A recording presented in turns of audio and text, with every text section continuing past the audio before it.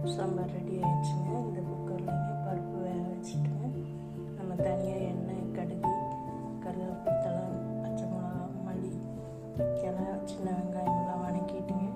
நம்ம குக்கரில் 2 கை பருப்பு, பூண்டு, சின்ன வெங்காயம், தக்காளி 2, தண்ணி 3 அளவுக்கு தண்ணி ஊற்றிட்டுங்க. கொஞ்சம் எண்ணெய், மஞ்சள் பொடி போட்டு 2 விசில் விட்டுட்டுங்க.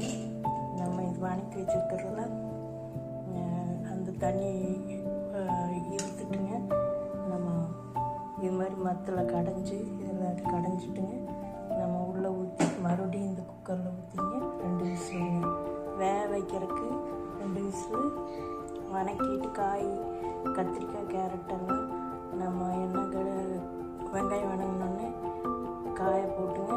சாம்பார் தூள், புளி தண்ணி கொஞ்சம் கரைச்சி ஊற்றி